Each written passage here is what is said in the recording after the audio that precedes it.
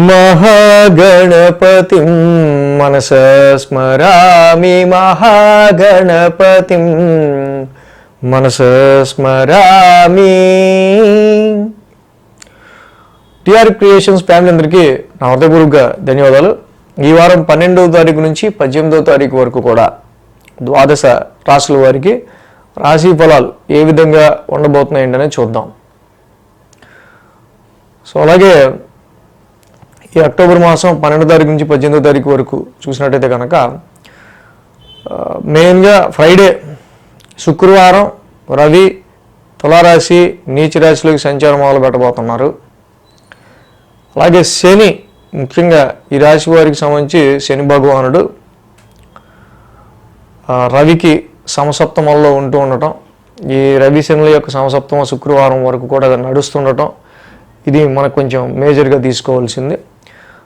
శుక్రవారం నుంచి రవి తులారాశిలోకి వెళ్తారు. అలాగే ఇక మనం చూసినట్టయితే కనుక మిథున రాశిలో గురువు గారి యొక్క సంచారం, సింహంలో కేతువు యొక్క సంచారం, తులలో కుజుడి యొక్క సంచారం, బుధుడి యొక్క సంచారం నడుస్తుంది. అలాగే కుంభరాశిలో రాహు యొక్క సంచారం, మీన రాశిలో శని భగవానుని సంచారం కూడా నడుస్తూ ఉంది. సో ఈ విధమైన గోచారం పరిస్థితులను బట్టి ద్వాదశ రాశుల వారికి సంబంధించి రాశి ఫలాలు ఏ విధంగా ఉండబోతున్నాయంటే ఈ వారం అనేది చూద్దాం. కుంభరాశి వాళ్ళకి సంబంధించి చూద్దాం. కుంభరాశి వాళ్ళకి సంబంధించి చూస్తే కనుక పంచమంలో గురుడు. కుంభరాశి వాళ్ళకి ఏంటంటే ఒక్క బ్యాక్ బోన్, ఈ రాశికి కొద్ది గొప్ప కొంచెం న్యూట్రలైజ్డ్గా వచ్చే పరిస్థితులన్నింటినీ కొంచెం కాపాడుకుంటూ వస్తుంది గురుడు. కాపాడుకుంటూ అని ఎందుకన్నామంటే ఏళ్ళ శని ఫైనల్ స్టేజ్లో ఉంది వీళ్ళకి. అలాగే ద్వితీయ స్థానంలో శని వక్రంలో ఉండటం, ఫ్యామిలీ ప్రాబ్లమ్స్, ఫైనాన్షియల్ ప్రాబ్లమ్స్, కుటుంబంలో అనేకమైన కన్సర్న్స్, లేనిపోని very testing period to your family బాండింగ్కి సంబంధించిన విషయాలు వెరీ టెస్టింగ్ పీరియడ్గా నడుస్తూ ఉంటుంది.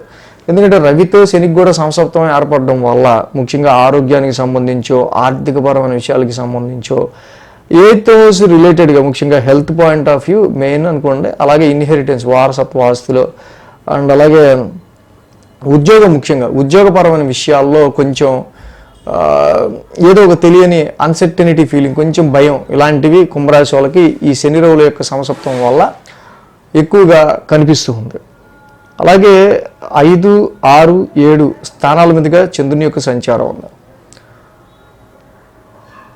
కాబట్టి మంగళ, బుధ, గురు, శుక్ర, శని ఈ 5 రోజులు కూడా చంద్రబలం అనుకూలంగా ఉంది. వారం ప్రారంభం పంచమ స్థానంలో చంద్రుని యొక్క సంచారం, గురుడు చక్కగా యోగిస్తాడు ఆ రాశిలో.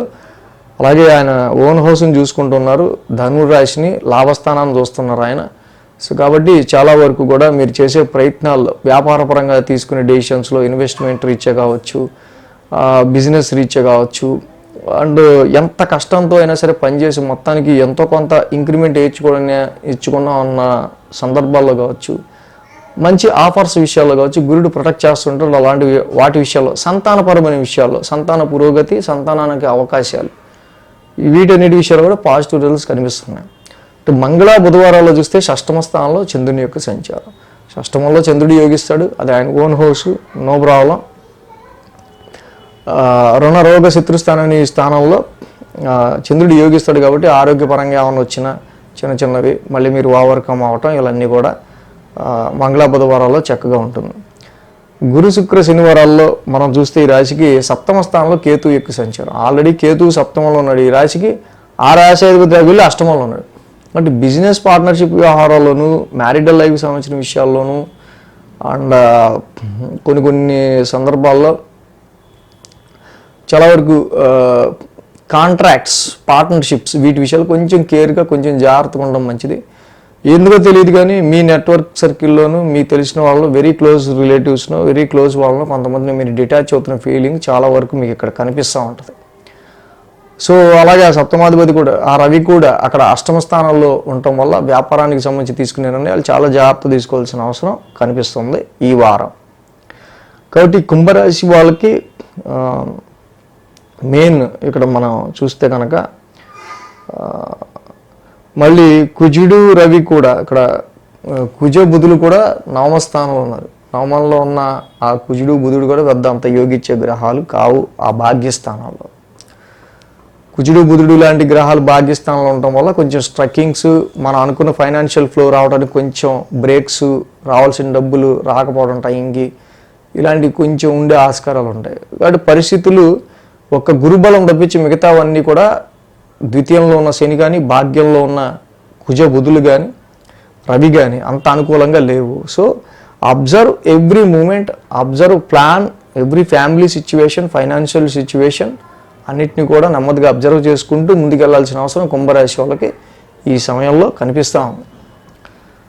సో ఈ రాశికి మెయిన్గా రవి, జపాకుస్మ సంకాసం, రవి నవగ్రహ శాంతి మంత్రం చేసుకోవటం, కేజింబావు గోధుమలు, రెడ్ క్లాత్ తప్పకుండా రవికి సంబంధించి దానం చేసుకోవటం చాలా మంచిది. జపాకుస్మ సంకాసం చదువుకోవడం మంచిది. ఈ రాశి వాళ్ళు ఏలినాటి శనికి ప్రతి శనివారం శనికి తైలాభిషేకం చేయడం మంచిది.